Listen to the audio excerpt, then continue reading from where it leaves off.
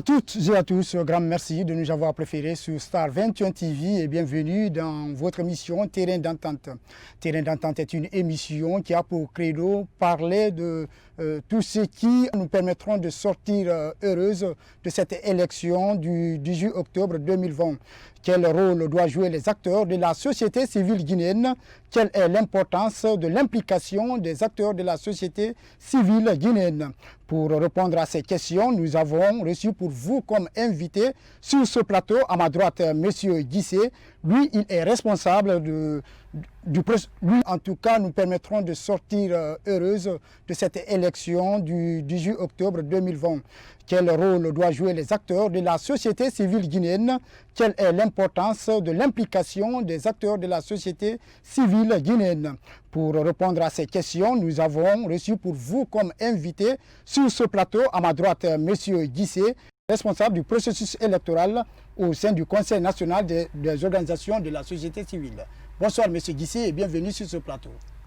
Bonsoir chers amis et bonsoir toutes et à tous. Au nom du président du Conseil national des organisations de la société civile et de l'ensemble des membres du bureau exécutif, je vous remercie très sincèrement de l'opportunité qui nous est offerte pour venir échanger avec vous sur l'actualité nationale, surtout en cette période cruciale de notre pays. Merci M. Guissé, on va revenir tout à l'heure. Et à ma gauche, vous avez M.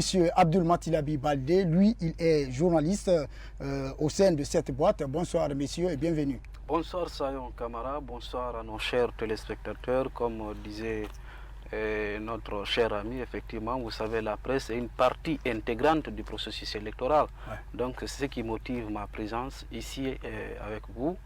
Et comme vous l'avez notifié, ensemble on va débattre de questions liées au processus électoral. Voilà, il faut noter que M. Mamadi Kaba est en route. Il substituera dans la deuxième partie M. Abdul Baldé. Si tout va bien, M. Mamadi Kaba, lui, il est président de l'institution de droits de l'homme pour la Guinée. Voilà, M. Guissé, on va commencer par vous. Nous tendons vers les élections. Aujourd'hui, est-ce que vous pouvez nous dire quel est l'enjeu de ces élections présidentielles pour les citoyens guinéens, parce que c'est eux qui sont concernés de façon directe? L'enjeu de ces élections est de taille, car une élection, c'est toute une histoire, surtout quand il s'agit de l'élection présidentielle, de choisir le premier magistrat du pays. Donc, l'enjeu ne peut être que de taille. Et c'est une élection qui est l'une des plus importantes de l'histoire d'un pays. Et la particularité de celle-ci dans notre pays, parce que nous savons que depuis près d'une dizaine d'années, notre pays n'enregistre que des soubresauts, surtout en période électorale. Et c'est comme une bombe à retardement. Mais quand le processus avance à grands pas et au fur et à mesure il évolue, les tensions ne font qu'augmenter. Les esprits ne font que se chauffer. Les tensions et les clivages et autres situations indésirables ne feront que s'accentuer. Alors c'est pour ça que nous disons que cette élection, l'enjeu est de taille. L'enjeu est de taille parce que c'est une élection qui enregistre d'abord 12 candidatures. 12 candidatures, ce n'est pas à minimiser. Et chacun de ces candidats vient participer à cette compétition dans l'optique de gagner l'élection. De remporter. Mais contre qui? Contre le candidat, le président sortant, qui est candidat à sa propre succession. Alors, cela détermine d'autant plus l'enjeu de cette élection. Parce que l'histoire de nos États africains prouve à suffisance que ce n'est pas facile de compétir avec un président sortant. Mais avec l'engagement et la détermination aussi des autres engagés dans cette compétition, nous voyons que ce scrutin est très attendu et il est très important et il contient assez de non-dits. Quand je dis assez de non-dits, parce que chaque jour, nous ne sommes que, nous n'enregistrons que des cas surprises sur le terrain. Depuis l'entame d'abord des campagnes électorales sur le terrain. Alors, L'enjeu est de taille parce que, et sur le plan social, et sur le plan politique, et sur le plan économique, voire même culturel, hein, nous ne voulons pas que ces élections soient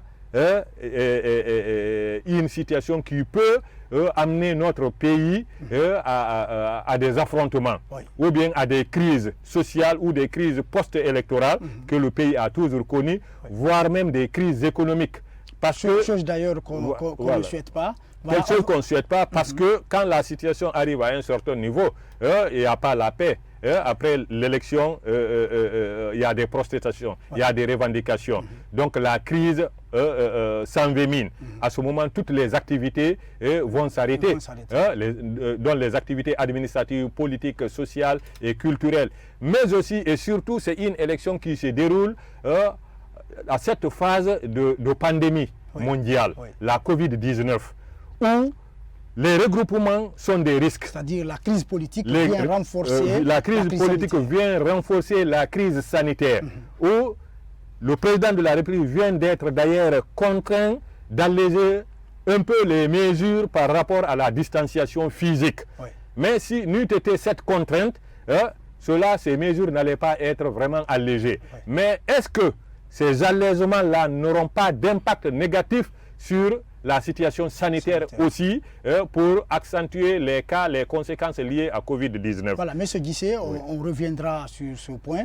On sait que quand on parle d'acteurs de la société civile, nous parlons aussi et nous connaissons de quoi est capable la presse. Nous avons déjà, en tout cas, l'une des pièces angulaires de cette profession ici, M. Baldé. Selon vous, quel est le rôle qu'un journaliste, un homme de médias responsable doit jouer pour que son pays puisse en tout cas passer une élection crédible et transparente? Parce que nous savons que si les activités ne tournent pas comme il faut, même les entreprises de presse seront affectées. Et justement, les entreprises seront affectées lorsque l'État est affecté politiquement ou économiquement, pourquoi pas sanitairement.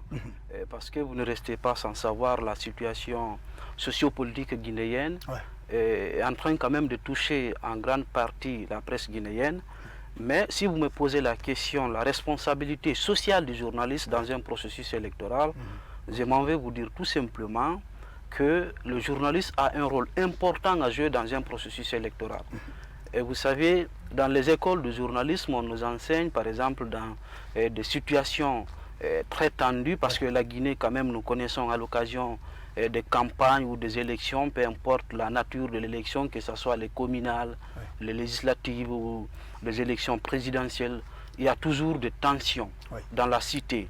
Donc c'est là où maintenant le journaliste doit jouer sa partition pour faire ce qu'on appelle l'apaisement. En quoi faisant? Parce que nous comptons beaucoup. Parce que certains considèrent que le journaliste c'est celui qui part récolter l'information sans modifier et diffuser. Est-ce que c'est le même cas pendant la période de crise électorale? Justement, nous avons pour vocation de partir vers l'information, la recueillir, la traiter et la mettre à la place publique. Mais ça ne veut pas dire que les informations susceptibles à troubler l'ordre public ou à affecter la sûreté de l'État, qu'on doit les mettre à la place publique. Par exemple, on peut citer pas mal de situations dans d'autres pays que nous avons connues. Et nous avons connu l'histoire de la radio Mille Collines, par exemple, qui a provoqué une guerre civile. Donc on ne souhaite pas. C'est pourquoi je disais tantôt, lorsque le journaliste est impliqué en amont dans un processus électoral, il doit connaître exactement qu'est-ce qu'il doit faire. Parce que nous sommes quand même régis par ce qu'on appelle la loi L003. C'est vrai, il y a ce qu'on appelle la dépénalisation des délits de presse, mais on ne doit pas tout dire.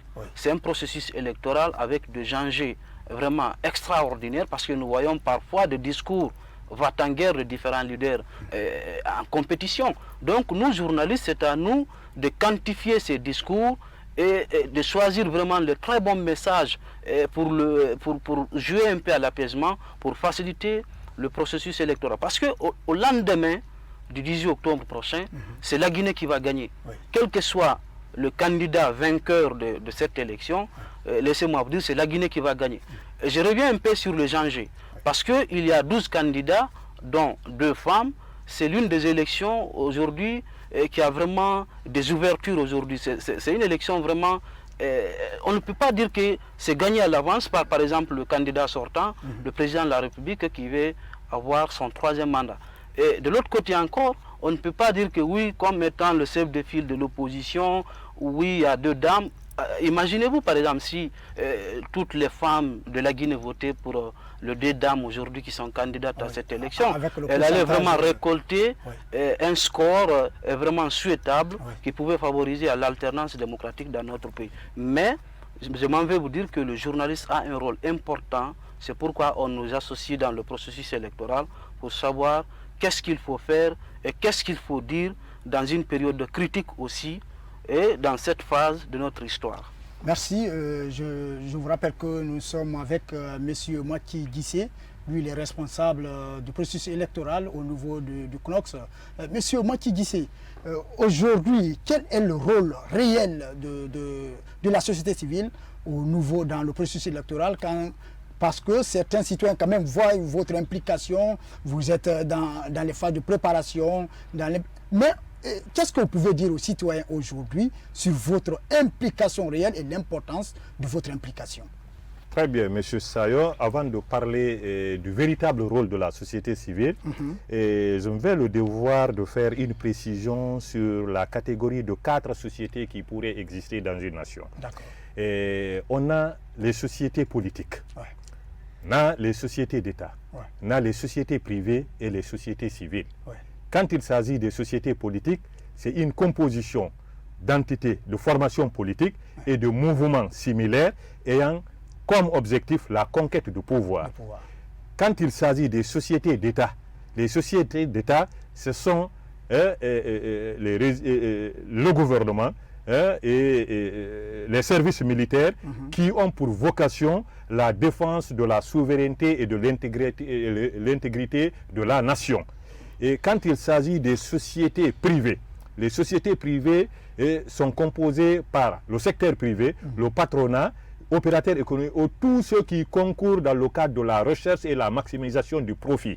Alors, la 4e catégorie des sociétés, comme on appelle la société civile, elle est composée par des structures libres, indépendantes et autonomes, les ONG, des associations, réseaux et fédérations, qui ont pour mission fondamentale la veille citoyenne, l'alerte précoce, l'interpellation et la proposition de solutions alternatives.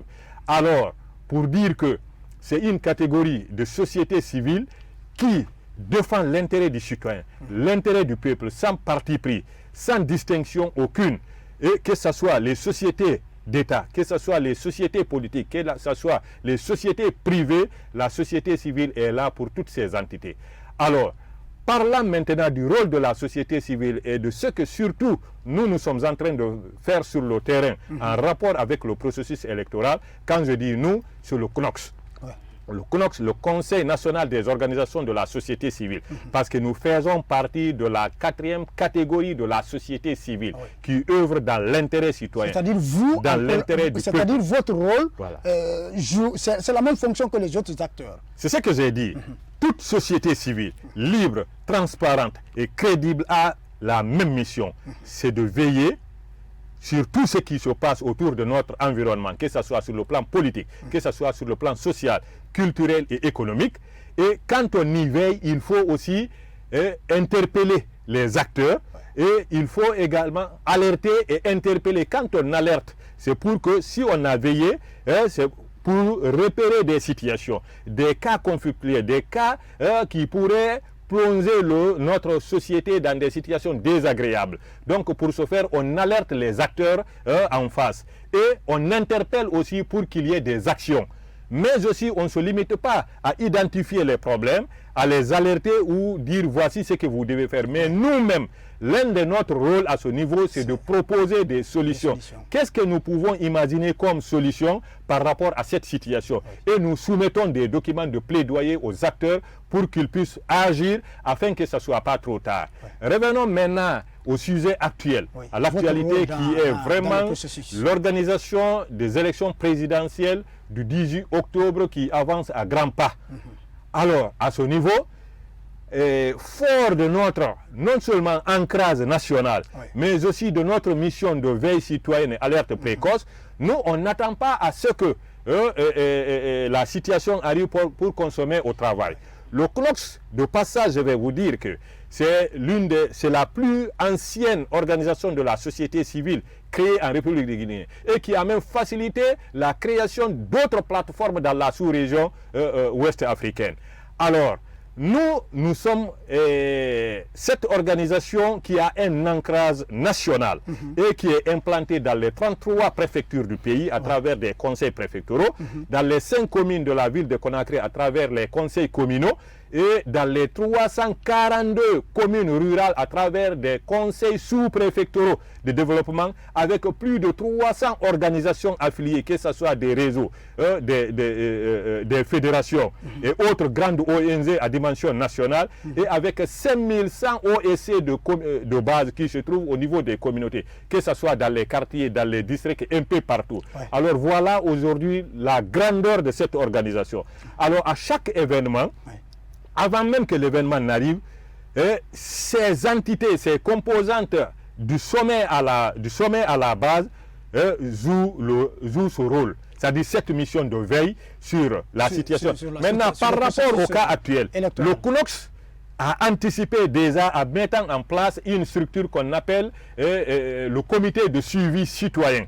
Donc vous êtes même... Voilà, dont je suis membre. D'accord, je vais vous dire, je suis vice-président chargé des questions de gouvernance. Monsieur Guissé, votre intervention, elle est très très intéressante, de telle sorte que nous allons revenir tout à l'heure. Mais celui qui doit prendre congé de nous tout à l'heure et va être substitué par Monsieur Kaba, on va se tourner vers vous, Monsieur Baldé. Aujourd'hui, nous tendons vers une élection. Le monde regarde la Guinée et ce regard est faite à travers les médias. Aujourd'hui, quel conseil avez-vous à l'endroit de vos pairs journalistes, des autres rédactions, que ce soit même ceux qui utilisent aujourd'hui les réseaux sociaux au nom des journalistes? Quel message avez-vous avant de prendre congé? Vous savez, il y a ce qu'on appelle les médias chauds et les médias froids. Aujourd'hui, les réseaux sociaux ont tendance un peu à dominer les vrais médias, entre guillemets. Parce que l'instantanéité se joue beaucoup au niveau des réseaux sociaux. Et l'auditoire a besoin de la rapidité. Oui, justement, la fiabilité, la rapidité dans le traitement de l'information. Certes, c'est des gens qui ne sont pas professionnels en la matière, mais qui sont parfois très efficaces. Ils prennent des images, ils mettent à la place publique, parfois qui ne nécessitent pas forcément d'être mises, par exemple, à la place publique. Donc, comme ce qu'on appelle la haute autorité de la communication a été mise en place, on a vu l'équipe dirigeante qui a pris fonction. J'espère que cet organe de régulation des médias va essayer de jouer sa partition, qui a d'ailleurs interpellé les médias face à les responsabilités, parce qu'ils nous ont quand même interdit d'inviter, par exemple, par des médias interposés, ou bien au niveau du même plateau, des candidats en liste, parce qu'il y a de ces propos déplacés qu'on ne doit pas tenir pour soigner un peu l'image de notre pays. Donc, sur ce point, je n'ai pas de notion de morale à donner globalement à la presse guinéenne. Chaque organe a cette espèce de liberté dans sa façon de traiter l'information, mais en traitant l'information, il faudrait que notre arme soit le respect de l'éthique et de la déontologie de notre métier, parce que dans toute entité, il y a un règlement à respecter. Donc sur ce point, je crois que nous journalistes, nous devons faire beaucoup attention. Je pense qu'il y aura ce qu'on appelle la synergie de radio libre et télévision de Guinée. Cette synergie va essayer de jouer sa partition pour relayer les informations à la minute près par rapport surtout à l'évolution du processus, notamment le vote le jour du 18 octobre. Et donc je crois que les journalistes ont bénéficié largement de ce genre de formation, parce que moi quand même c'est ma 4e expérience en matière de participation dans une élection. J'ai couvert pas mal d'élections depuis 2010 à l'intérieur du pays, les élections législatives également. J'ai en tout cas une petite expérience qui me permet aujourd'hui vraiment de donner de très bonnes informations et d'épargner la Guinée éventuellement à des dérives au niveau de la presse. Donc sur ce point, je crois que les journalistes que nous sommes, nous devons accompagner le processus électoral en donnant les vraies informations.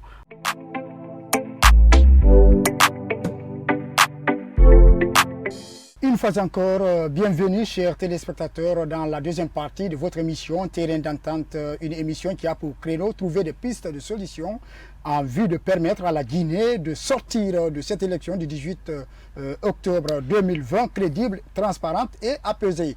Pour en parler, je vous avais dit en l'entame que Dr Kaba sera là. Dr Kaba d'ailleurs qui a substitué notre confrère Abdoul Badé. Monsieur Kaba, bonsoir. Bonsoir. Et bienvenue sur ce plateau. Merci beaucoup. Je vous rappelle que Monsieur Kaba est le président de l'Institut guinéen des droits de l'homme. L'ancien président. Voilà, l'ancien président, merci. Vous avez compris, à ma droite, il était avec moi dans la première partie. Avant de revenir à Monsieur Guissé, la première question, en tant qu'acteur de la société civile, quel enjeu trouvez-vous? Quel enjeu cette élection a pour les citoyens, pour les Guinéens? Oui, merci beaucoup de cette opportunité. C'est vrai, l'élection c'est pour les populations, si tout se passe normalement. Mais il peut arriver que les élections se passent contre les populations. Parce que si la paix sociale est troublée, que la violence s'installe, les premières victimes, ce sont les populations à la base.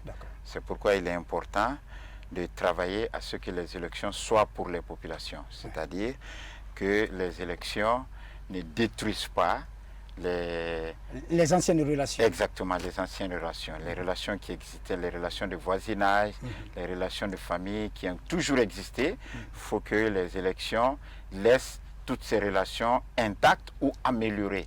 Mais il ne faut pas que les élections les détruisent au passage pour faire en sorte que les populations ne puissent plus vivre ensemble dans la paix et dans la quiétude. Pour éviter ce que Dr Kaba vient d'élucider tout à l'heure, M. Guissé, qu'est-ce qu'il faut concrètement? C'est pour ça que je disais, nous, à la société civile, au CNOX précisément, nous avons été à l'avant-garde de la situation, en mettant en place un comité de suivi du processus électoral. Comme je disais, le rôle de la société civile, sa mission, c'est la veille citoyenne. Donc nous devons nous intéresser de tout le processus, avant, pendant et même après. Alors, et surtout, conformément au chronogramme planifié de la CENI. Alors, certaines activités aussi qui ne sont pas inscrites dans le chronogramme de la CENI et qui se passent sur le terrain. Alors, le comité est composé de 5 à 7 personnes. Depuis sa mise en place, le comité a travaillé et il a produit 2 rapports d'activité et a fait des communiqués. Et demain, nous allons produire le 3e rapport d'activité. Et c'est conformément à l'évolution et au déroulement du chronogramme de la CENI. Le premier communiqué a porté sur un programme de suivi et d'observation sur le terrain, concernant, premièrement, le recensement des électeurs, la révision exceptionnelle des listes électorales, et le cautionnement et le plafonnement des dépenses. Alors, à ces 2 niveaux, nous avons vraiment travaillé et déployé des observateurs sur le terrain et qui ont remonté des informations. Et nous avons produit ces 2 rapports et le canevas qui a été vraiment utilisé. Après le constat sur le terrain, nous avons dégagé les principales forces de ces activités et les principales faiblesses de ces activités. On dit bien sûr principales, parce qu'on ne peut pas tenir compte de tout, mais ce qui peut impacter dangereusement le processus électoral et ce qu'il faut tenir compte aussi pour reconnaître et apprécier. Et alors, nous formulons des recommandations cas par cas, pas par pas, en tenant aussi des acteurs impliqués dans le processus. Le 2e rapport aussi a concerné non seulement les conventions des partis politiques et le dépôt des dossiers de candidature à la Cour constitutionnelle. Qu'est-ce qui s'est passé? Comment ces candidats ont organisé leurs conventions? Et comment ces candidats ont déposé leur dossier de candidature jusqu'à l'enregistrement? Qu'est-ce qui s'est passé? Est-ce que c'est conforme au code électoral? On ne dit pas. Est-ce que c'est conforme au code électoral? Si c'est conforme au code électoral, c'est un point fort. Mais si ce n'est pas conforme au code électoral, c'est un point faible. Donc nous tenons compte de tout ça. Et le 2e point par rapport au second rapport, c'est l'organisation d'une formation sur le renforcement des capacités des acteurs, d'un bon nombre d'acteurs de la société civile et des médias par la CENI sur le module administration et observation électorale ou le bridge. À ce niveau aussi, nous avons dégagé les points forts et les points faibles. Nous avons formulé des recommandations. Vous-même, vous avez participé à la présentation de ces rapports d'activité. Et alors, aujourd'hui, nous nous acheminons à déployer des observateurs sur le terrain. Nous envisageons de déployer 10 000 observateurs parce que qui parle d'élections transparentes, sincères et crédibles, c'est cette élection qui est suivie de près par des acteurs libres et indépendants et qui peuvent témoigner du déroulement, du bon déroulement ou non du processus électoral pour donner un quitus. Alors pour ce faire, nous avons un outil mis en place qu'on appelle l'OCGR, l'Observatoire citoyen pour la gouvernance et la redevabilité, qui actuellement a déployé 250 observateurs sur le terrain, parce que ce qui est d'actualité, c'est la campagne électorale. Et c'est pendant cette campagne électorale que l'on enregistre vraiment des discours avec des messages indésirables, des messages tendancieux, clivants, des messages ethniques, des messages haineux, des messages de va-t-en-guerre. Le pays n'a pas besoin. Et alors, nos observateurs sur le terrain sont en train de recenser parce qu'un dispositif de monitoring est mis en place. Alors pour la remontée et la collecte des informations, la remontée et le traitement des informations. Et je vous dis, le comité de suivi travaille en étroite collaboration avec cet outil qui est l'Observatoire citoyen pour la redevabilité qui doit nous remonter les cas recensés sur le terrain parce que nous, on n'a pas vocation d'aller sur le terrain pour identifier les différents cas. Mais l'Observatoire, une fois les cas identifiés, on va nous les remonter, les cas les plus préoccupants sur lesquels nous devons agir pour ne pas que le pire ne se produise. Nous essayons vraiment d'agir et d'intervenir. On vient de boucler la formation des formateurs et les superviseurs qui doivent être déployés dans les 33 préfectures du pays et les 5 communes de Conakry. Au jour d'aujourd'hui, les dossiers des observateurs recrutés sont en train de remonter. Vous imaginez 10 000 observateurs sur toute l'étendue du territoire, ce n'est pas aussi facile. Pour ce faire, il faut avoir la cartographie des bureaux de vote parce que c'est l'observation domestique qu'on envisage. Aucun observateur ne va quitter son quartier pour aller dans un autre quartier ou bien quitter son district pour aller dans un autre district. Parce qu'il faut rester ce choix, c'est là où tu es connu, c'est là où tu n'as pas peur, c'est là où tu peux vraiment cerner la situation et témoigner de ce qui s'est passé pour remonter les informations afin que, alors, cette catégorie d'observation doit se faire et être déployée à la veille du scrutin. Ils n'auront que 3 jours de travail. Ça, c'est une observation à courte durée, quoi, parce qu'il y a 2 catégories d'observation. L'observation à long terme et l'observation à court terme. Mais à ce niveau, je vais terminer. Et à la veille du scrutin, eux, ils vont être déployés. Ils vont travailler à la veille, le jour du scrutin et le lendemain. Et pour dire, on est allé plus loin. Pour dire, il faut qu'on mette une structure aussi beaucoup responsable et indépendante en place qu'on a appelée la task force. Cette task force est composée d'éminentes personnalités issues de la société civile et de l'administration et des autres entités sociales, mais neutres et indépendantes. Alors, c'est composé de 15 personnes. C'est le lieu et place déjà de vous informer que mon grand frère Mamadi Kaba qui est là, il est déjà l'un d'eux. Donc je ne suis pas surpris du fait qu'il est invité à ce plateau parce qu'il est l'un des membres de cette task force. La mission de cette task force, c'est nous, après le comité de suivi, après avoir reçu des informations de la part de nos organes sur le terrain, que l'observatoire et qui est le regard du peuple. C'est-à-dire à ce moment, on porte ça au niveau de la task force. Cette structure qui travaillera pour 3 jours après leur activité, c'est là-bas commence votre activité. Exactement. Non, l'activité ne commence pas à la base. Je vous ai dit, on est déjà en activité à travers le monitoring de la campagne électorale sur le terrain. Aujourd'hui, on a un paquet de situations que l'on va traiter et on va aussi communiquer au plus tard le vendredi pour dire que voici ce que nous sommes en train d'observer à travers cette campagne électorale sur le terrain. Donc je vais terminer. La task force aura pour rôle d'étudier les situations conflictuelles et les situations conflictogènes, les situations qui peuvent amener ce pays-là à la dérive, pour que eux, acteurs, ils puissent appeler les acteurs en face et essayer de faire des plaidoyers pour les amener à des concessions et éviter à ce que vraiment le pays ne s'embrase. Voilà, aimables téléspectateurs, vous êtes toujours dans votre émission Terrain d'entente, cette émission qui a pour créer trouver des pistes de solutions afin de permettre à la Guinée de sortir de cette élection de façon crédible, transparente et apaisée. Les acteurs incontournables sont déjà avec nous.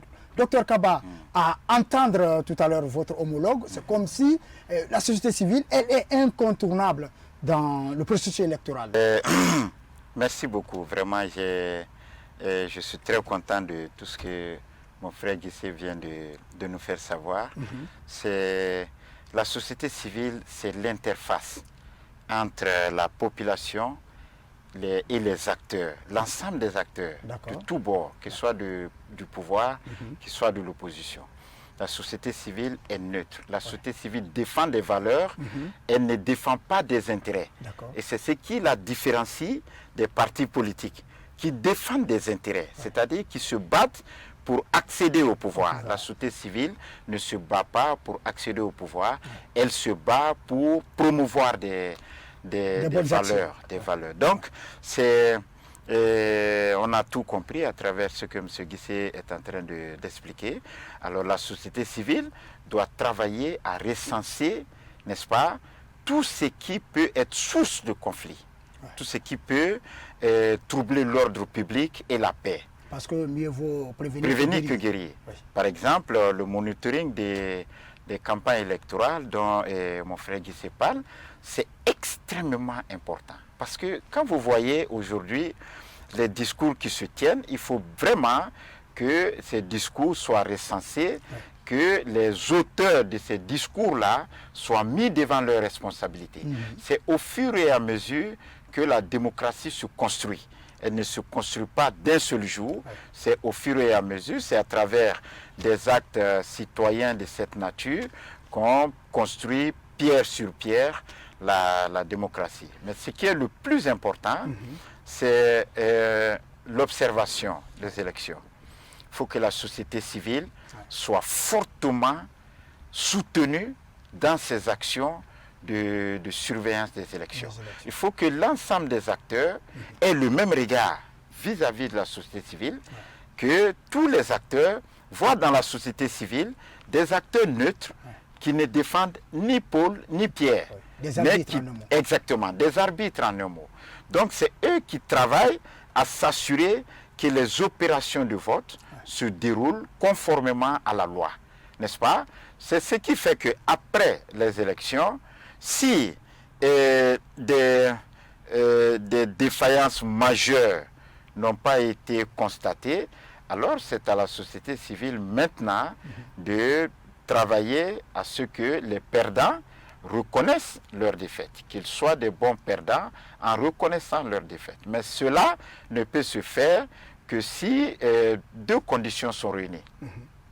La première, l'engagement de la société civile à faire son travail d'observation, n'est-ce pas? Deuxièmement, il faut que les moyens de travail soient présents. Parce que si la société civile doit travailler avec les moyens de bord, il est évident que les agents sur le terrain n'auront pas de motivation, n'auront pas de raison d'être motivés. Donc, docteur Kaba, je ne vous coupe pas la parole, mais... Et je termine pour dire que le troisième critère, c'est la crédibilité, c'est-à-dire le regard que l'ensemble des acteurs portent sur les actions de la société civile. Et la société civile doit travailler à réunir ces trois critères. Voilà, vous avez compris avec nos invités. Ici sur le plateau, nous allons nous intéresser à un micro-trottoir, un micro qu'on a tendu aux citoyens pour savoir de quoi ils pensent du démarrage de la campagne électorale. Et juste après ce micro, on se retrouve dans cette émission pour la suite. La Guinée, c'est une famille. On ne peut pas aller dans la guerre. On ne peut pas aller sans il n'y a pas la paix. S'il y a la paix, je crois bien, tout le monde va bénéficier. C'est ça qui est bon. Le message que je peux lancer à la population guinéenne, c'est un message d'amour, un message de fraternité, un message d'apaisement. Parce que les campagnes électorales vont passer, mais le pays va rester. J'aimerais dire aux Guinéens, il n'y a rien de tel que la paix. Quand on est dans un pays où il y a une stabilité, toutes les activités bougent et tout le monde arrive à trouver quelque chose à manger. Si c'est le contraire de la chose, qui est la guerre, vraiment c'est décevant. Les Balles ne connaissent pas ni Malinké, ni Peul, ni Forestier, ni même nous-mêmes qui sommes des ressortissants ici, on peut y avoir aussi ces mêmes problèmes-là. Donc je souhaiterais dire à toute la Guinée de conjuguer le même verbe et de respecter les résultats des urnes.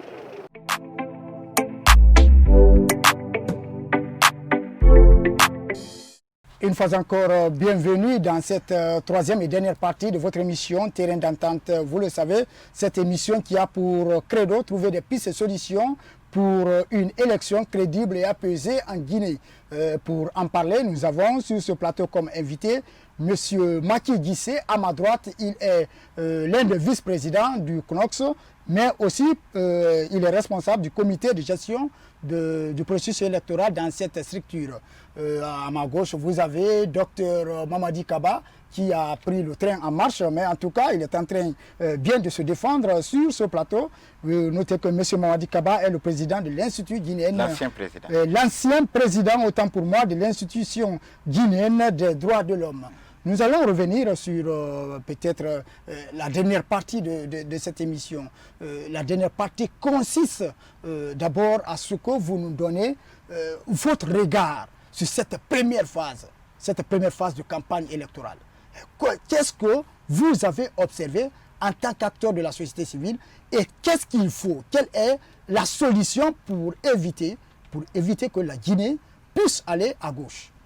Monsieur Kaba, Monsieur Guissé. Bon, comme je vous dis que en tant que membre du comité de suivi du processus électoral, nous avons notre dispositif de monitoring qui est en train de travailler sur le terrain.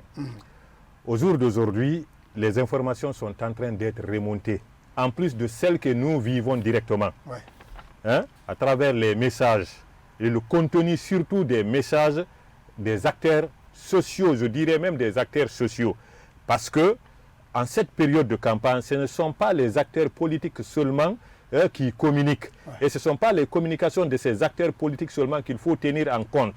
Notre société, notre pays a été poussé à un niveau tel qu'aujourd'hui, vraiment le communautarisme, le régionalisme a pris sa place.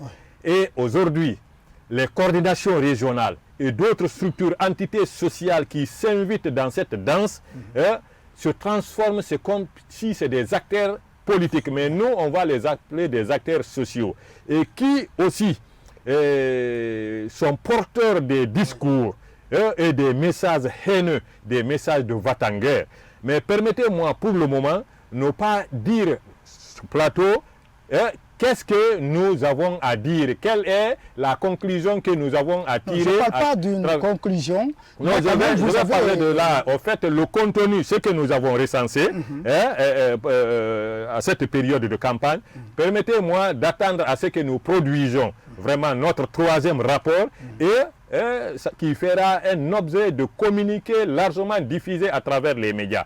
Mais de passage, ce que je vais dire que nous déplorons d'abord de façon globale des propos tenus par certains leaders et responsables politiques sur le terrain dont je m'abstiendrai de citer ici en attente du contenu de notre déclaration. Là où ces entités vont être vraiment citées.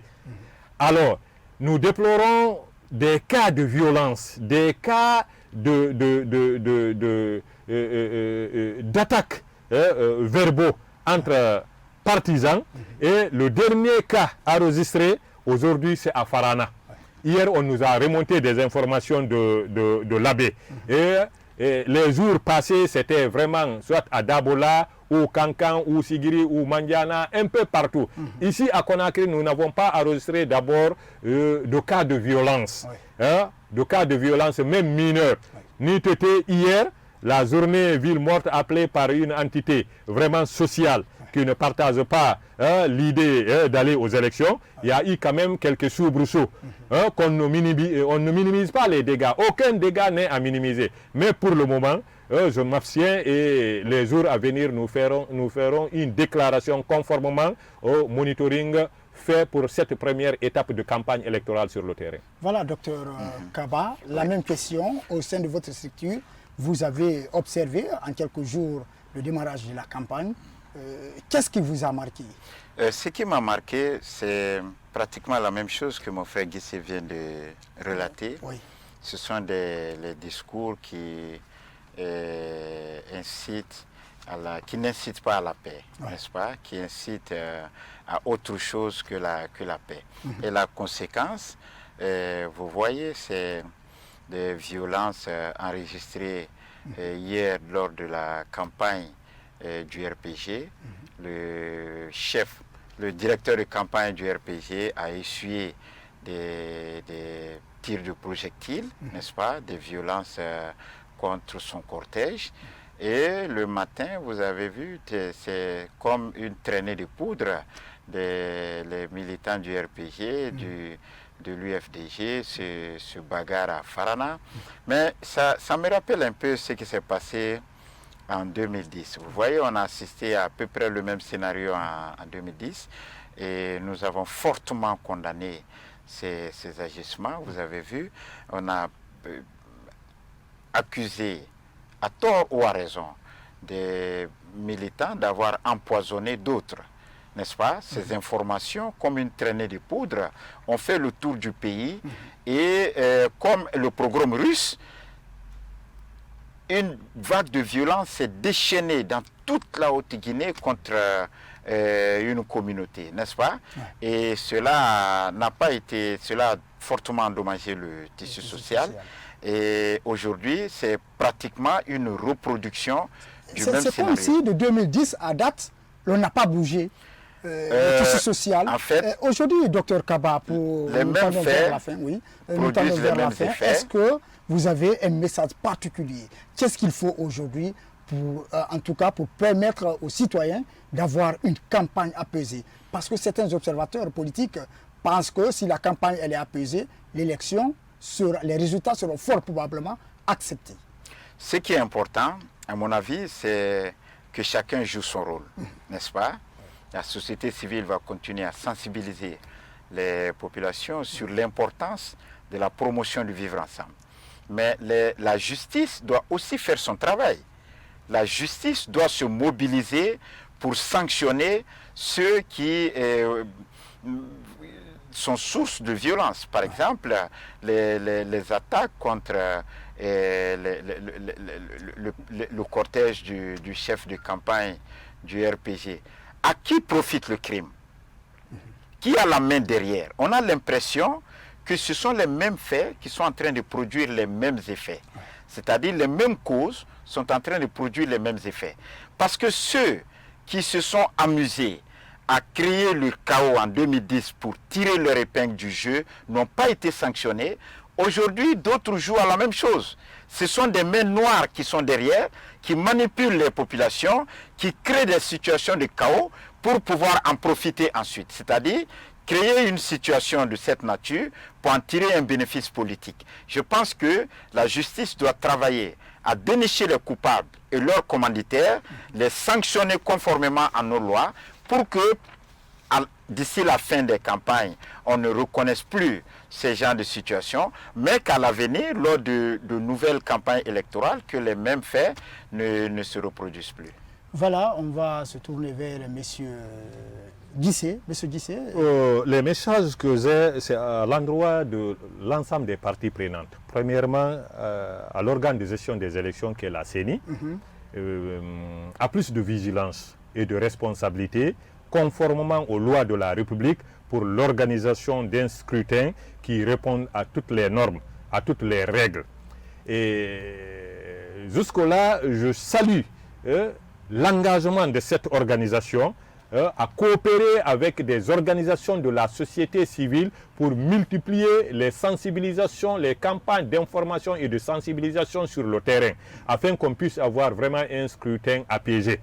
Alors, c'est dire déjà sur l'autre acteur, c'est la société civile. La société de continuer à multiplier ses efforts de sensibilisation sur le terrain et comme toujours, à toutes les étapes. Actuellement, c'est le retrait des cartes d'électeurs.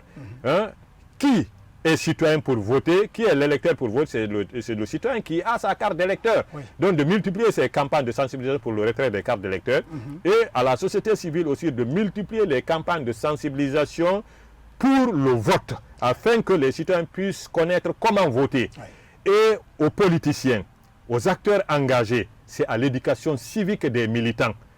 Et je sais que ce n'est pas une préoccupation de nos formations politiques ici en Guinée. Et ils ne se servent que de ces militants, c'est en période électorale.